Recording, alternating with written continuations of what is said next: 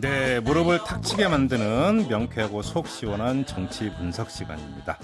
대한신당의 박지원 의원 모셨습니다. 어서 오세요. 무릎 탁 칠 게 없는데요 오늘. 아니, 그 여쭤볼 건 저는 많습니다. 아 그래요? 네. 그러십시오. 갑자기 개각 얘기가 지금 본격적으로 나오고 있습니다. 글쎄요 막 언론이 쏟아내고 있는데 네. 이 개각의 이제 그 포인트는 역시 이낙연 총리인데요. 어떻게 될 거라고 전망하십니까? 이낙연 총리는 지금 본인이 절정에 올라 있지 않습니까? 네. 계속해서 차기 대통령 후보 1등을 유지하고 있는데 네. 지금 저는 예산이 통과되면은 12월쯤에는 물러날 생각을 또 본인도 원하고 있을 것이다. 그리고 네. 문재인 대통령이나 민주당에서도 필요하기 때문에 네. 12월 나는 개각이 될 건데 음. 왜 이렇게 언론에서 지금부터 얘기를 하는지 네. 아마 무슨 국면 전환할 일이 있는 것 같아요. 무슨 말씀이세요, 그 얘기? 아니 글쎄 무슨 누가 국면 전환이라는 게 아니 전국을 지금 현재 여권 말씀하시는 예 겁니까? 여건이 교착 상태에 있고 네. 뭐 사실 조국 장관 사태도 이제 다 지나갔는데 네. 아무튼 개각 얘기가 나오는 게 좀 제가 볼 때는 좀 성급한 것 같아요. 그러니까 근데 이 발화점이 사실은 일요일에 했던 청와대 3실장 기자간담회에서 네. 노영민 비서실장이 당이 요구하고 본인이 원하면 놓아드려야 되지 않느냐. 사실은 이 이야기가 거의 이제 그러니까 그 발화점이었다고 봐야 될 것 같은데 그러면 노영민 비서실장이 이 발언이 국면 전환용 의도적인 발언이다 이렇게 보시는 겁니까? 뭐 꼭 그럴 일은 아니겠지만은 네. 아무튼 개각 요인이 발생되는 건 사실 아니에요. 네. 그런데 그걸 그렇게 일찍 하고 있기 때문에 예. 우리나라 언론이나 대개 국민들은 인사에 가장 민감해요. 네. 그렇기 때문에 그쪽으로 지금 확 쏠려 있다. 저는 그렇게 봅니다. 알겠습니다. 그리고 탕평 인사를 노영민 실장께서 말씀하신 것은 아주 적절했다. 저는 그렇게 봅니다. 알겠습니다. 탕평 인사는 좀 이따 여쭤보도록 하고요. 자, 무릎탁 도사시니까 이제 초기 발동이 돼야 되지 않겠습니까? 특히 예. 개각 얘기 나오면 이건 초기 발동이 돼야 되는 건데. 자, 그러면 이낙연 총리의 당 복귀 시점은 언제로 점치십니까? 저는 12월 달에 개각 즉 총리를 발표하더라도 네. 인사청문회 네. 인준 표결을 하려면은 1월 중에 끝날 것 같아요. 예, 그러니까 후임 총리 인준이 그렇죠. 인준 절차가 예. 예. 그리고 아무래도 이낙연 총리가 당으로 복귀한다는 의미는 총선의 출마 여부가 결정될 거예요. 네. 그렇게 하기 위해서는 내년 1월 16일까지 네. 공직자들은 사퇴해야 되기 때문에 그 전까지 인준이 돼야 된다. 이렇게 되면은 이낙연 총리의 복귀는 사실 2월에 되지 않을까. 왜? 이해찬 대표가 개혁 공천, 소위 물갈이 공천 현역 탈락시키고 이러한 모든 것을 정리한 다음에 네. 선대위원장으로 복귀하지 않을까. 또는 특정 지역으로 출마를 하건 비례대표로 가건. 근데 지금 언론 보도에 의하면은 뭐 종로서를 굉장히 보도하고 있더라고요. 그러니까 지역구로 출마하려면 1월 16일 전에 이제 총리직에서 사퇴를 해야 되는 건 맞는데. 그렇죠. 근데 네. 만약에 비례로 간다면 30일 전에만 사퇴하면 되는 거 뭐 아니에요? 물론 그렇지만은 예. 그래도 여러 가지를 놓고 볼 때 예. 그러할 경우가 있다. 저는 그렇게 봅니다. 그럼 이건 어떻게 보세요? 첫째, 그 문재인 대통령이 기자들하고 만났을 때 변수를 만들지 않으려 한다. 여기서 이제 그 인사 변수가 되겠죠. 네. 이 그 발언이 나온 바가 있고 노영민 실장도 어떤 이야기를 했냐면 현재 개각과 관련해서 인사 검증 절차가 진행되고 있는 건 법무장관밖에 없다라고 이야기를 지금 했거든요. 현재는 법무장관밖에 없겠죠. 그러니까요. 그러니까 아까 제가 얘기한 대로 예. 지금 벌써 개각 문제가 나오는 것은 좀 이상하다. 때가 아니에요. 예. 알겠습니다. 요즘 하나만 더 여쭤볼게요. 그러니까 몇몇 언론이 지금 어떻게 묘사를 하고 있냐면 이낙연 총리는 당으로 돌아가고 싶어 하는데 이해찬 총리가 밀쳐내고 있다. 그러면서 이낙연 대 이해찬의 어떤 경쟁 구도 내지 암투 구도로 지금 묘사를 하는 언론이 일부 있어요. 이건 제대로 된 진단이라고 보십니까? 어떻게 보세요? 뭐 재밌는 진단 아니에요? 그렇기 때문에 이낙연 복귀 네. 그리고 이해찬 대표 측에서는 네. 나만큼 훌륭한 전략가가 없다.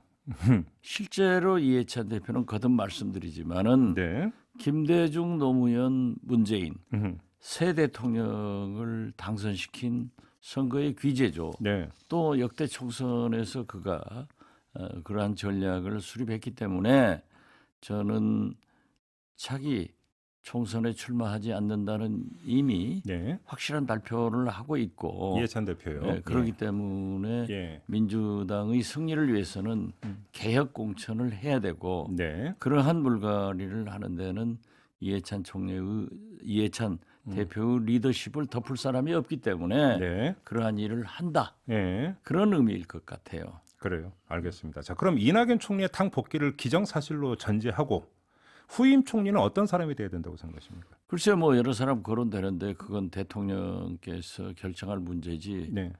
제가 결정할 문제는 아닙니다. 예를 들어서 그 정치권 일각에서 뭐 그 호남 총리론 이런 이야기가 나오나 보던데 그건 어떻게 예, 생각하세요? 뭐 그렇게 되더라고요. 의원님도 호남 아니십니까? 호남이고 또 뭐 경향신문은 저를 거론해 놨더라고요. 몇 곳에서. 네. 딱 그 기사를 딱 봤을 때 일감이 어떠셨습니까? 기분 좋으셨습니까? 일감이 뭐 저한테는 연락도 안 했는데 왜 이런 기사가 나오나 했죠. 예. 5719님 문자를 제가 그대로 읽어드릴게요. 예. 다음 총리로 우리 무릎탁도사님을 임명하셨으면 통큰 정치가 되지 않을까 상상해 봅니다. 경상도에도 무릎탁도사님의 인지도가 상당히 높습니다. 저는 경북 영주 사람입니다.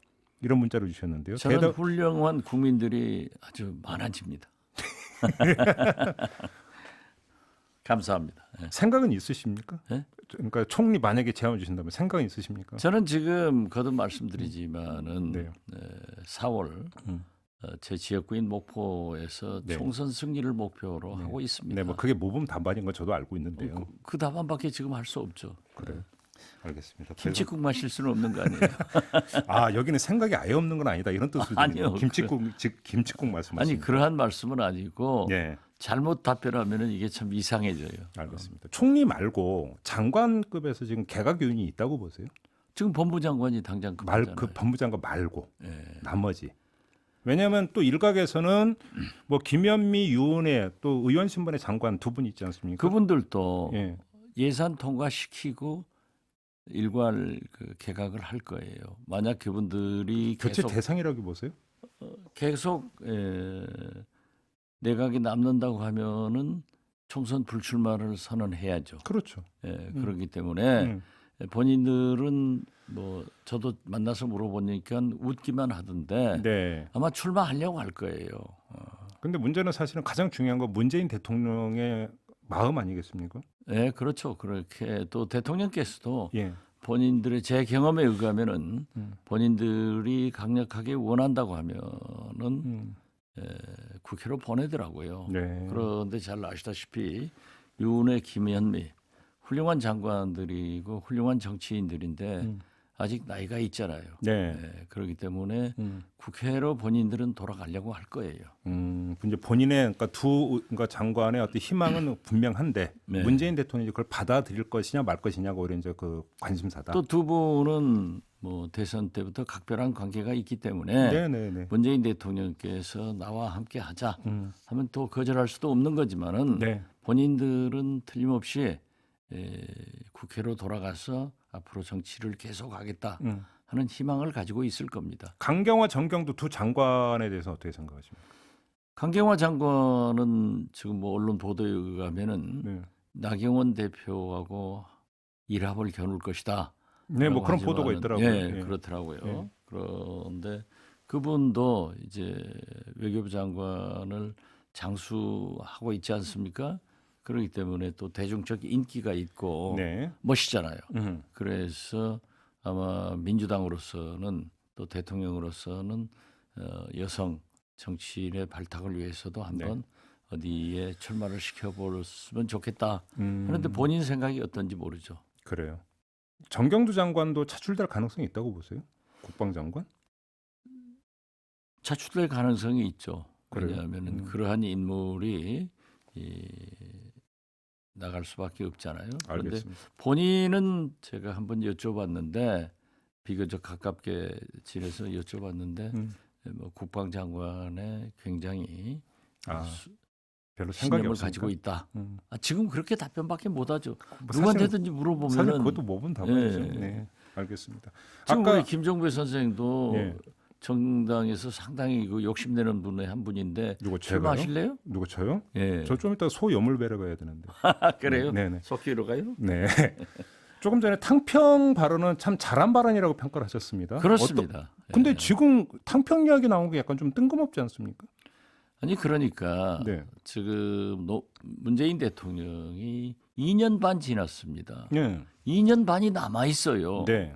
그런데 흔히 일부 언론이나 한국당에서는 문재인 대통령의 임기가 반년, 3개월 남은 것으로 안단 말이에요. 그렇기 때문에 과거 물론 호남의 인사폭탄과 예산폭탄을 때린 것은 제 입장에서 볼 때는 굉장히 잘하셨는데 네. 어떻게 됐든 문재인 대통령의 인사를 후한 점수를 주지 않고 있습니다. 네. 특히 우리 식구끼리 했다.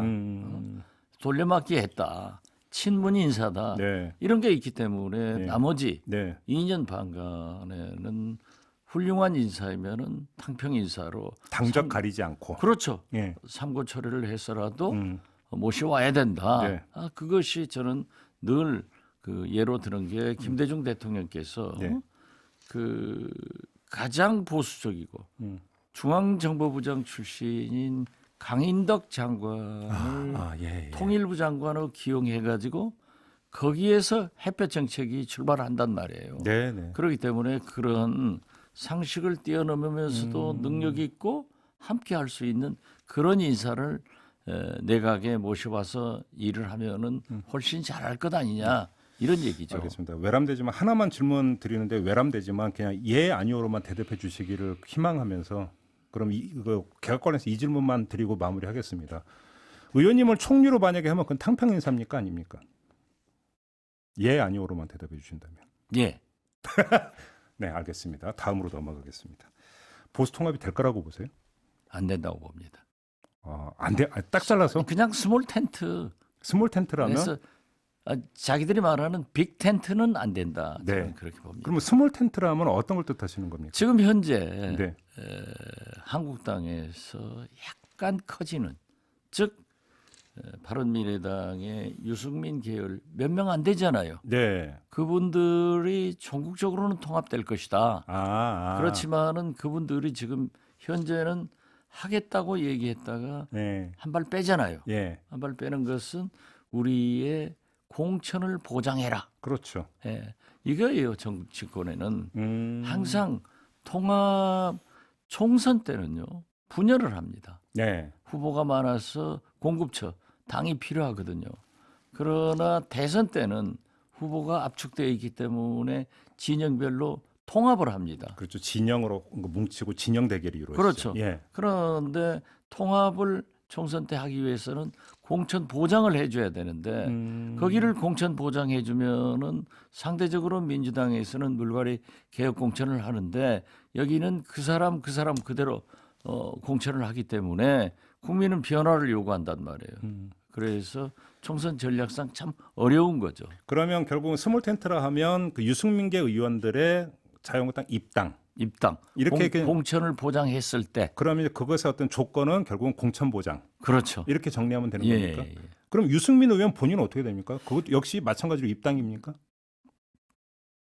그러니까 유승민 의원이 지금 현재 신당 창당을 서두른다는 것 아니에요. 명분적으로 해서. 네, 네, 네. 그래가지고 당대당 통합을 하지만은 그게 뭐가 다릅니까? 형식은 그렇지만 그렇죠. 내용은 사실 예. 입당이다. 예, 그렇지만은 유승민 의원이 만약에 입당하면은 지금 일부 한국당에서 주장하는 대로 험지로 가라, 예. 수도권으로 나와서 해라. 예. 그리고 또 대권 후보를 바라보고 있기 때문에 예. 저는 유승민 의원이 지금까지 이 박근혜 탄핵을 인정하고 한다 했던 것을 과거를 묻지 마세요로 돌아가기에는 굉장히 어렵기 때문에 네. 저는 그분도 굉장히 어려운 처지에 놓여 간다. 저는 그렇게 봅니다. 알겠습니다. 근데 자유한국당 중진들의 용태론 내지 험지 출마론 얘기가 계속 나오는데 화답하는 중진들이 없더라고요. 이 현상은 어떻게 평가하세요? 그건 뭐 선거 때마다 네. 그러한 얘기를 합니다. 네. 과거 우리가 민주당에 있을 때도 심지어 뭐 DJ 같이 그런 그 카리스마가 있는 총재가 장악하고 있을 때도 네. 항상 중진들은 수도권 험지로 나가라 네, 네. 했지만은 실제로 음, 이루어진 것은 거의 없습니다. 알겠습니다. 아, 지금 그 하늘소님이 그 귀순자 강제 북송에 대해서 물어봐 주세요. 이렇게 지금 요청이 들어왔는데요. 어떻게 평가하세요, 이 문제는? 글쎄요, 그건 조금 매끄럽지가 못하다고 생각해요. 그래요? 예. 그런데 우선 제 자신도 네. 그 두 사람이 어떻게 16명을 그러한 일을 할 수 있었을까? 그리고 본인들이 예. 그러한 일을 했다고 하면은 올라가면은 처벌받는 건 사실 아니에요. 그런데 올라간다고 했을까 네. 하는 문제에 대해서는 저도 썩 석연치가 않습니다. 네. 그러나 그러한 문제는 대북 문제이고 민감한 문제이기 때문에 네. 우리가 조심스럽게 접근을 하고 네. 정부의 솔직한 그러한 설명을 드려야 된다. 좀 차분하게 무분별하게 의혹 제기만 할 게 아니라 그렇습니다. 차분하게 예. 좀 얘기를 그러니까 상대가 있는 거니까. 알겠습니다. 자, 이렇게 마무리하겠습니다. 무릎탁도사 대한신당의 박지원 의원과 함께했습니다. 고맙습니다, 의원님. 네, 감사합니다. 네.